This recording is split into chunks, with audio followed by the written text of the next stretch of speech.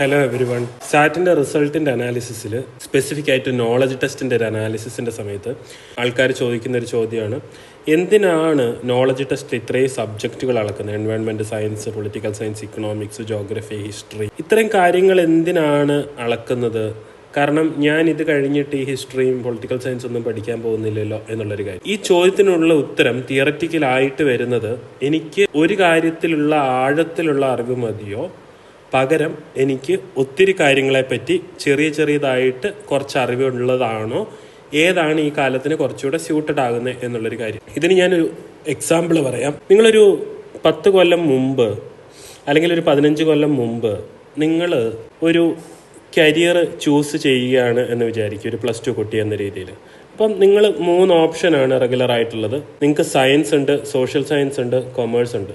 Science പഠിച്ച ആൾക്കാർ ആ മേഖലയിലേക്ക് തിരിഞ്ഞു പോകും, സോഷ്യൽ സയൻസ് പഠിച്ച ആൾ ആ മേഖലയിലോട്ട് പോകും, കൊമേഴ്സ് പഠിച്ച ആൾക്കാർ അങ്ങനെ പോകും.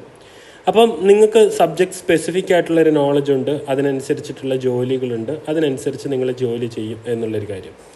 പക്ഷേ ഇന്ന് നിങ്ങൾ ചിന്തിക്കുക, ഇന്നുള്ളത് ഈ സെറ്റുകളുടെ ഒരു A intersection B intersection C ആണ് എന്നൊരു കാര്യമുണ്ട്. അതായത് ഇന്ന് ലോകം ഫേസ് ചെയ്യുന്ന ചാലഞ്ചസ് നിങ്ങൾ ആലോചിച്ച് നോക്ക്. ക്ലൈമറ്റ് ചേഞ്ച്, അർബനൈസേഷൻ, ടെററിസം, വാറുകൾ, കോവിഡ്, ഇങ്ങനെയുള്ള ചോദ്യങ്ങൾക്കും ക്രൈസിസുകൾക്കും നിങ്ങൾക്ക് ഒരു കാര്യത്തിൽ കൂടെ ഉത്തരം കണ്ടുപിടിക്കാൻ പറ്റില്ല.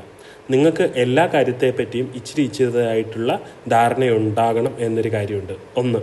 2, ലോകം ഇൻക്രീസിങ് ആയിട്ട് ഈ മൾട്ടി ഡിസിപ്ലിനറി ആയിട്ടുള്ള ഒരു അപ്രോച്ചിനെ അക്സെപ്റ്റ് ചെയ്ത് തുടങ്ങിയിട്ടുണ്ട്, നോർമലൈസ് ചെയ്തിട്ട്. കാരണം ഒരു കാര്യത്തിന് ഒരു ഉത്തരമല്ല, there are multiple ways of solving it എന്നുള്ളൊരു കാര്യം ലോകത്തിൽ പോളിസി മേക്കേഴ്സിനും ഗവൺമെൻറ്റുകൾക്കെല്ലാം മനസ്സിലായിക്കൊണ്ടിരിക്കുകയാണ്. അതുകൊണ്ടാണ് നിങ്ങളുടെ എല്ലാ കാര്യങ്ങളും, എല്ലാ സബ്ജക്റ്റുകളിലുള്ള കുറച്ച് നോളജിനെ പറ്റിയിട്ടുള്ള ഒരു അവലോകനം ഇവിടെ നടക്കുന്നത്. 3ാമതായിട്ട്, ഈ സബ്ജക്റ്റുകൾ നിങ്ങൾ സ്കൂളിൽ സെപ്പറേറ്റ് ആയി പഠിച്ചു കഴിഞ്ഞാലും ഇതൊക്കെ തമ്മിലൊരു ബന്ധമുണ്ട്. ഇപ്പം ഹിസ്റ്ററിനെയും കണക്കിനെ നിങ്ങൾക്ക് ഒരു സർട്ടൻ ലിമിറ്റ് കഴിഞ്ഞാൽ മാറ്റാൻ പറ്റില്ല. ഇപ്പം പൊളിറ്റിക്സും ഇക്കണോമിക്സും ആർ ഇൻ്റർ കണക്റ്റഡ്. നിങ്ങൾക്ക് ആ സെമി കണ്ടക്ടർ വാർ വേഴ്സസ് ചൈന വേഴ്സസ് US ഒക്കെ കണ്ടു കഴിഞ്ഞാൽ നിങ്ങൾക്ക് മനസ്സിലാവും. അപ്പം ഓവറോൾ സാറ്റിൽ ഇത്രയും സബ്ജക്റ്റുകൾ അളക്കുന്നത് തുടക്കത്തിൽ തന്നെ നിങ്ങളുടെ ഒരു മൾട്ടി ഡിസിപ്ലിനാരിറ്റി ഇൻഡെക്സ് എത്രയാണ് എന്നറിയാൻ വേണ്ടിയിട്ടാണ്. അത് റിലവൻ്റ് ആണോ എന്ന് ചോദിച്ചാൽ ഭയങ്കരമായിട്ട് റിലവൻ്റ് ആയിട്ടുള്ളൊരു കാര്യമാണ്. Thank you so much.